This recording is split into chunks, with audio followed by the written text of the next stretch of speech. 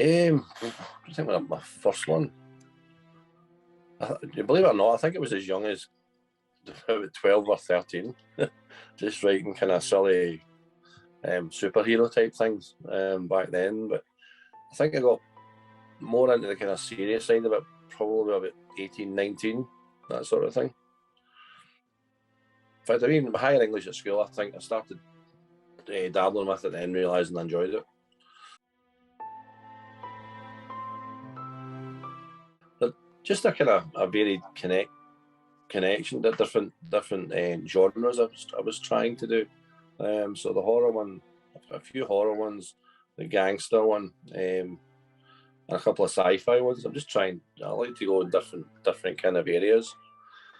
The 13th Parables is part of one of the main stories I'm writing. It's a kind of a follow-up to one that I'd done before, called What Lies Beneath. So the number will be revealed in the story.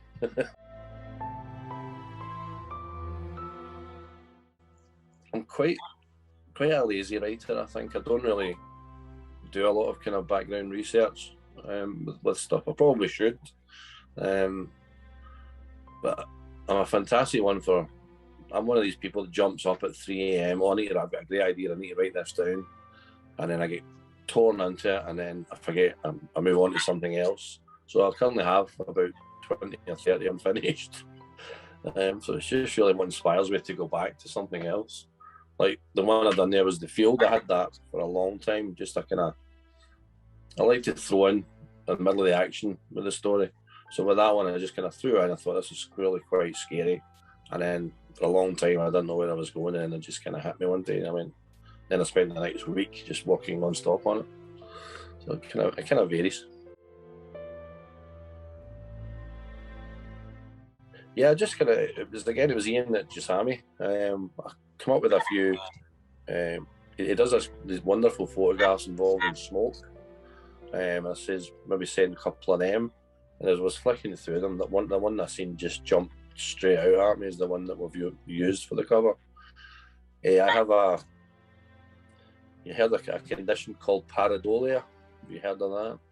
It's where you see faces and likes of clouds or things like that.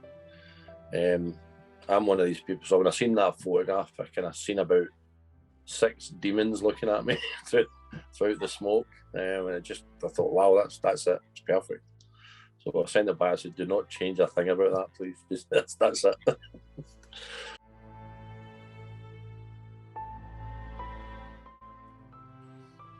It kind of changes at different times, I think. When I look back, I keep a kind of, it was a great thing I did, and I'm so pleased I did it. My very first poem, I wrote the date at the bottom, the exact date I wrote it, and I've just kept that every single poem. When I look back, the kind of dates, there's some years I've wrote maybe 4 or 5 poems. One year I wrote like 22 poems. So it kind of changes. It's how really different. I think it's different things at different times. Sometimes I'll get caught up more in the stories, writing that. One of the stories, flip side, I actually turned that into a script. I've done that as a play. So I've kind of, I'm trying to think of a nice way of saying I'm all over the place. But I dabble in a lot of things, I'd like to say.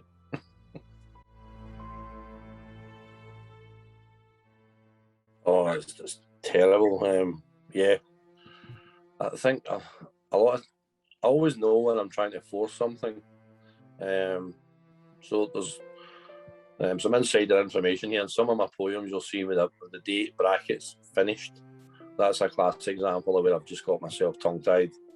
And rather than force it and make it unnatural, I'll just put it aside and then just wait and let the inspiration hit me.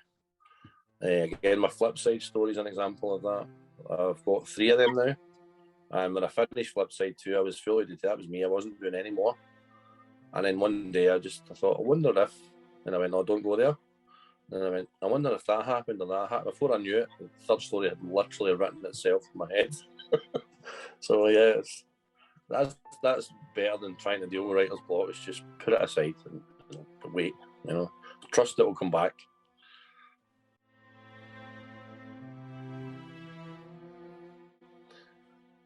This is when I would love to say that during the long lockdown, I turned and did a lot of writing. I did some, probably not as much as I should have, but yeah, I did incorporate that, and there's quite a few poems that deal with it. I've got two called Lockdown, Lockdown 1, Lockdown 2, and a couple of others that reference it. Yeah, I have a poem called Family, which is, I've done 5 of them that they change all the time, and the last one is a Family COVID edition. So that's completely referenced that as well.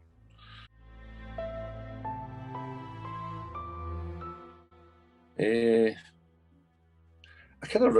used to kind of have my desk all set up and did all my writing at a desk, but a lot of times I was, obviously not there, or you're somewhere else. So the great thing now, I think, with the likes of phones and stuff and tablets, is I can pretty much write anywhere. So yeah, I've been not even just sitting down somewhere and just writing for a while. I've done that before, sat on a park bench that'll tie you for 20 minutes and suddenly realize I've been there for 4 hours. So it's things like that. It's great, the freedom as well to do. So really anywhere.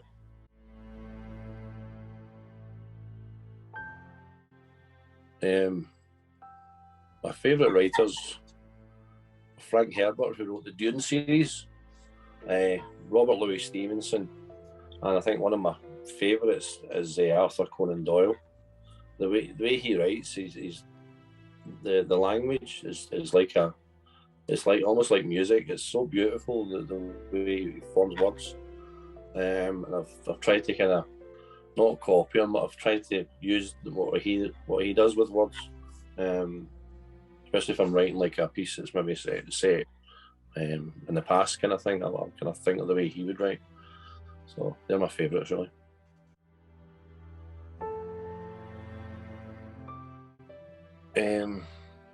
It was a thing Michelle had said to me at the start with my poetry.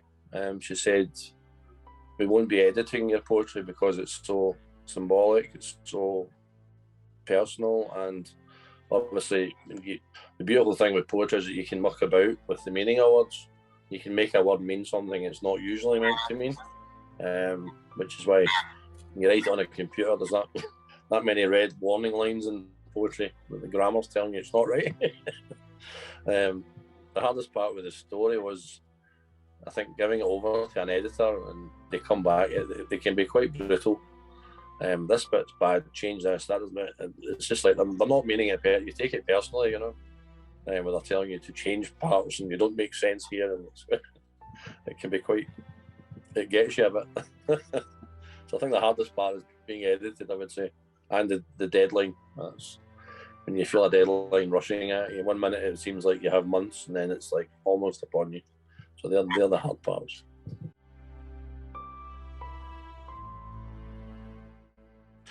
Although everybody's been great. The whole family is just so excited for me. It's great. I've got so much support.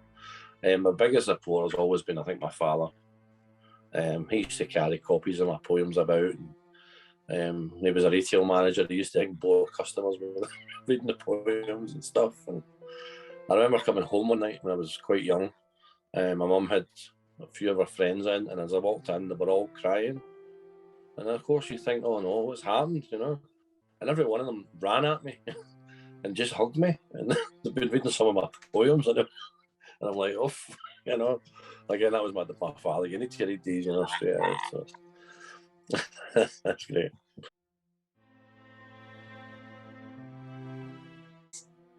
I got, this is from The Field. There's quite a kind of funny story about this one. I've been talking to kind of my kids about how there's not enough good scary things out there anymore, and I said, I'm going to write the scariest thing I can think of. And I spent a long time, and I said to my wife one night, I'm so scary. And she said, right, read me some of it. And she fell asleep. And I thought, have I failed completely, But I think it's really, really scary, and it's one of my favourites. It's from The Field. I'll just read this. I'll just go to a wee bit sort of through the opening part here.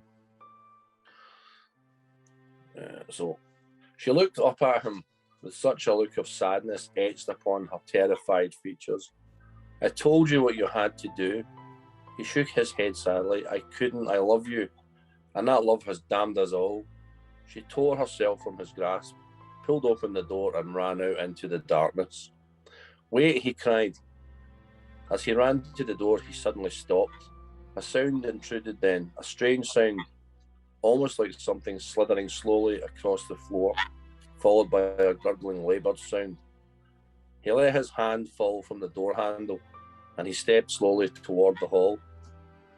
As he looked down the darkened corridor, he could see nothing but pitch black. But in the dark, the strange mewling sound continued, and it sounded closer.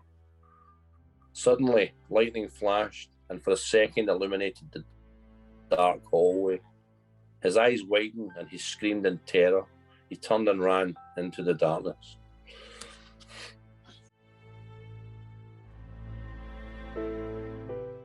I do have quite a few things. I'm working on a kind of a sci-fi novel at the moment, which is set in a moon of Jupiter under the frozen water, all about alien life forms and stuff like that. So I'm working on that at the moment. And the flip side story that's coming in, the 13th Parable, the story, they talk about a person in that who's been killed, basically. And I'm working with a friend at the moment to do an album, a concept album, so all 12 songs all tell the story of this guy that's referenced in the story, and it tells his rise and fall, basically, and what happens to him. So I'm quite excited about that.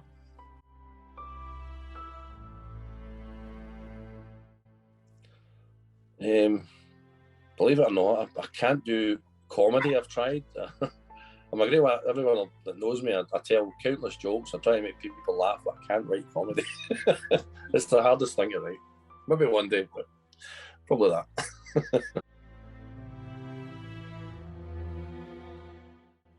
It's coming out on the 31st of October, which of course is Halloween. So I think it was Michelle and Paula's idea. Let's bring it out on Halloween for a good scare fest.